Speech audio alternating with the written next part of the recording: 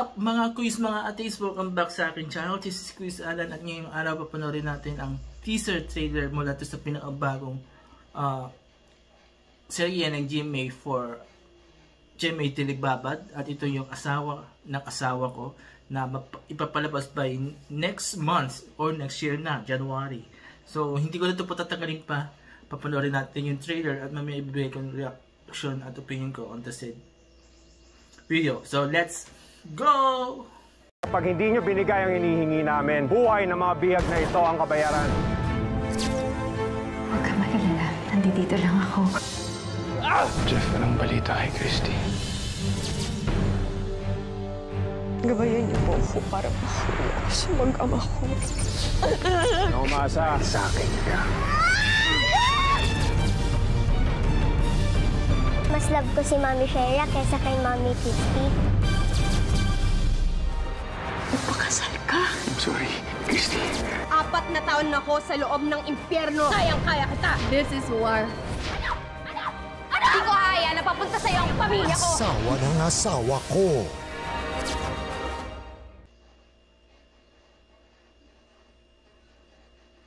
Okay, tayo ka napanood natin yung teaser trailer ng asawa ko na binabagong serye ng GMA for GMA Telebabad o yung pang prime time nila. Hindi ko alam kung alin ang papalitan nila doon na serye. Pero well, maganda, 'di ba? So, pinagpipitan ito ni na Rainbow Cruz, Jasmine Curtis Smith. Tapos nagbabalik tambalan si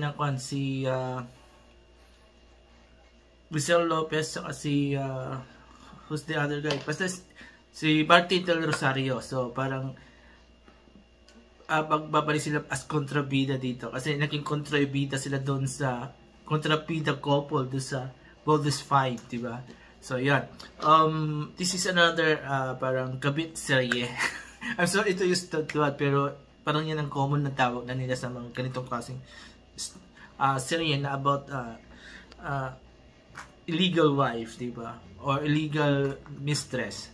So, yun. So, sina Rayber and Jasmine is playing the legal couple and papasok sa e-entra dito sa buhay nila si Rizal Lopez. So, I have no idea kay Martin kung what his role on this series.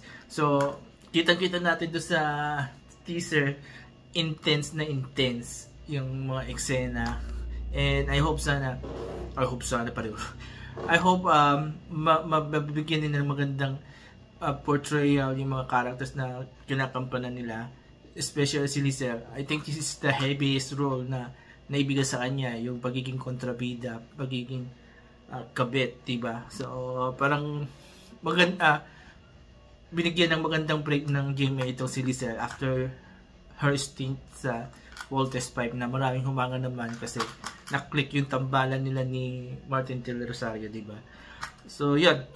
Expectation ko dito, wala ko masyadong expectation kasi nga, this is another kabit serie and siguro more on how the director will ito yung patatakbuhin yung kwento na kahit ba may common siyang kwento pero yung paano yung patatakbuhin niya na hindi yung kakaiba to sa mga ibang kabit serye, diba? So right now, actingan wise, wala akong nakitang butas, wala akong makitang mali. Satisfied ako sa character portrayal to ni Rayber so far. Sa nakikita ko to sa teaser. Jasmine, of course, sa rin na magaling na artista. Si Martin, wala mo siya pinakita pero I'm sure magiging maganda yung performance niya. And Lizelle, si Lizelle mostly yung halos doon yung nakita yung performance niya, and I can say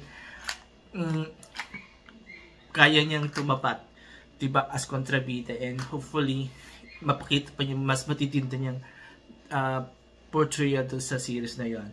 So yun, excited ako for this series, diba, especially alam naman natin yung mga series na pinapalabas ng GMA during the GMA Telebabad or prime time, hindi yung mahaba ng 6 months, so meron sinusundan yung GMA na length nung serye, kaya magandang panoorin na kahit pa common yung storyline niya, alam mo hindi ito yung liliko o hahaba, liliko at iikot yung kwento kung saan-saan. So, they will stick to the original storyline para, di ba, ma-maintain yung magandang storyline. So, yun ang gustong-gusto ko ngayon sa ginagawa ng GMA with their primetime series.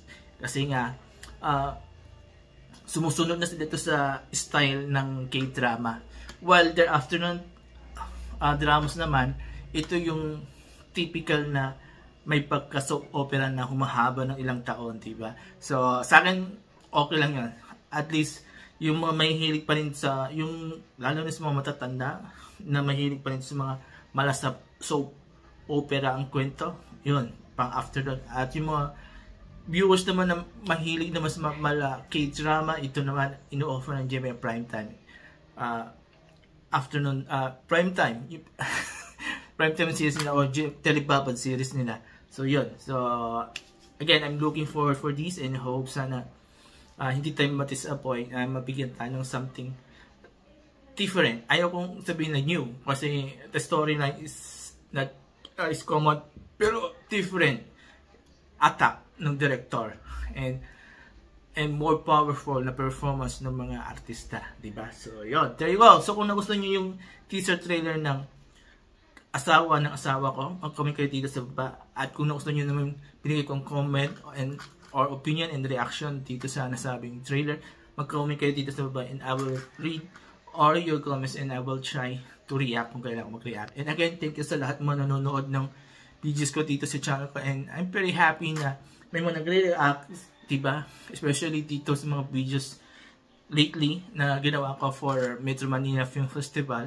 and I received good and great bad comments, but still I am very happy for that because napapansin naman nila yung binigay kong comment, and gusto lang sabihin na hindi naman yung bashing or paninira, it's more of criticism. So, open naman kayo magbigay ng opinion about it, diba? So, yun. Before I end this video, please don't forget these 4 things while watching my videos on my channel. Comment, like, share, and subscribe to my channels. The Alan Ski Show, ang Pinoy Talaga channel, Proudly Bromdy Vlog, and The Matlang People Presents. So, yun. Maraming salamat again. Have a nice day and bye-bye.